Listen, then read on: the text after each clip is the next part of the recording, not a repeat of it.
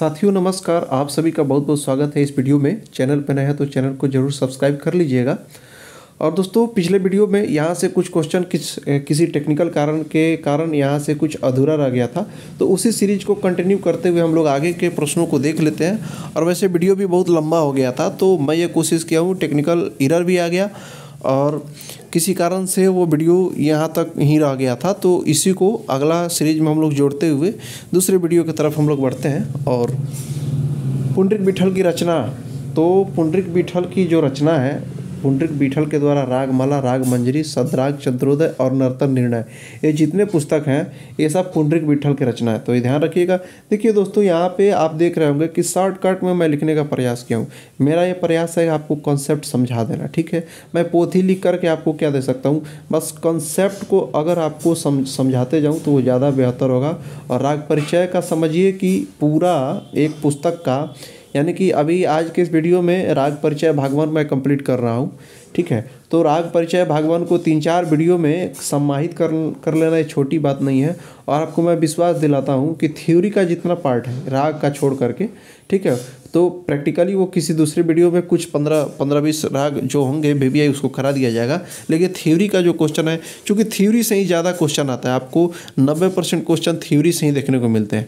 तो थ्योरी का जो पार्ट है 3-4 वीडियो में पूरे एक पुस्तक को समाहित कर देना और एक एक पॉइंट को छोड़ना भी नहीं है एग्जाम पर्पस के लिए, जो भी एग्जाम में पूछे जाते हैं, ये कोई छोटी बात नहीं है। तो थोड़ा सा आप लोग भी समझते हुए हमारा सहयोग करें। जहांगीर के दरबार में कार्यरत गायक, ये जो कलाकार थे बिलास खां, छत्तर खां और मखू खां, ये सभी जहांगीर के दरबार में कार्यरत गायक थे, यानी कि जहांगीर के दरबारी गायक थे बिलास खां, छत्तर खां, मखू खां। ध्यान रखेंगे दोस्तों, कन्फ्यूजन ना हो। अकबर के समय के थे आपके ग्वालियर नरेश, मान सिंह तोमर, तानसेन, ठीक है। और अलाउद्दीन खिलजी के समय केवल ओनली 1 पीस अमीर खुसरो, जो बहुत सारे चीज़ों का आविष्कार भी किए हैं, जैसे तबला का, कव्वाली का और सितार का। शाहजहाँ के दरबारी संगीतज्ञ दिरंग खां और ताल खां थे, जिन्हें शाहजहाँ ने गुण समुद्र की उपाधि दी। इन दोनों को शाहजहाँ ने गुण समुद्र की उपाधि दी थी। जगन्नाथ को कविराज की उपाधि थी। जगन्नाथ नाम के एक संगीतकार थे जिनको शाहजहाँ ने कविराज की उपाधि दी थी। और दिरंग खां और ताल खां को गुण समुद्र की उपाधि दी थी। दोस्तों, आपको एक और क्वेश्चन बता दूं, अलाउद्दीन खिलजी के समय जो गायक थे अमीर खुसरो, तो अलाउद्दीन खिलजी ने तोता ए हिंद कहा था उनको, यानी कि हिंदुस्तान का तोता कहा था, ठीक है। तो हम लोग अब नेक्स्ट पार्ट देख लेते हैं। और इस पार्ट में, इस वीडियो में राग परिचय भाग 1 हम लोग का समाप्त हो रहा है। और राग परिचय भाग 2, भाग 3, भाग 4 जल्द ही आपको कंटिन्यू देखने को मिलते रहेंगे। और बीच बीच में क्वेश्चन भी लाने का मेरा प्रयास है। तो साथियों, चैनल पे नए हैं या पुराने हैं, किसी भी तरह से हैं, तो चैनल को सपोर्ट, शेयर, सब्सक्राइब, लाइक जरूर करें। कमेंट भी अच्छा करें ताकि मुझे आपका फीडबैक मिलता रहे। पंडित अहोबल कृत संगीत परिजात का फारसी अनुवाद दीनानाथ ने किया, ठीक है। क्वेश्चन आ जाता है कि पंडित अहोबल का संगीत परिजात या संगीत परिजात का फारसी अनुवाद निम्न में से किसके द्वारा किया गया, तो ध्यान रखिएगा दीनानाथ के द्वारा किया गया, ठीक है। संगीत परिजात की रचना काल 1650 ईस्वी है। इसमें सबसे पहले बीड़ा के तार पर 12 स्वरों की स्थापना की गई। अहोबल के द्वारा ही बीड़ा के तार पर सर्वप्रथम 12 स्वरों की स्थापना की गई। मोहम्मद राजा ने 1813 में नगमाते आसफ़ी पुस्तक लिखी, ठीक है। मोहम्मद राजा ने नगमाते आसफ़ी पुस्तक कब लिखी, तो 1813 में, जिसमें अपना एक नवीन मत दिया जो कि 6 राग और 36 रागनियों का है। इसमें काफ़ी थाट के स्थान पर बिलावल को सू थाट माना, ठीक है।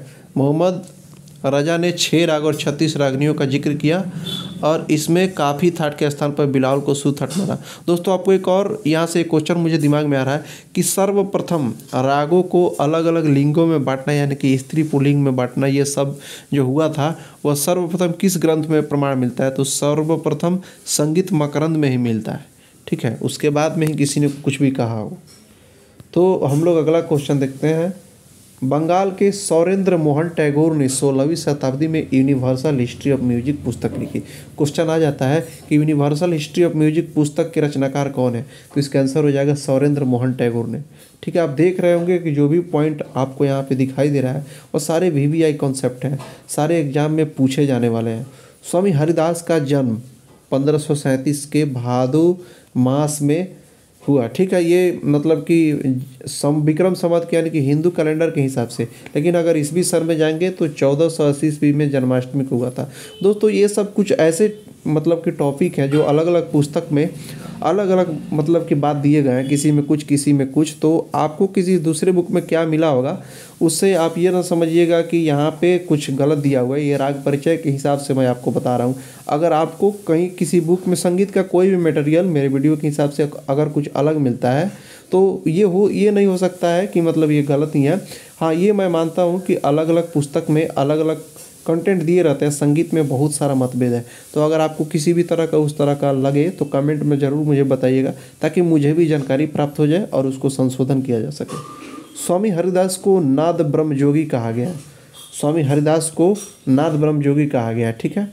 और स्वामी हरिदास के प्रमुख शिष्य तानसेन बिरजू बावरे, ठीक है, रामदास दिवाकर तथा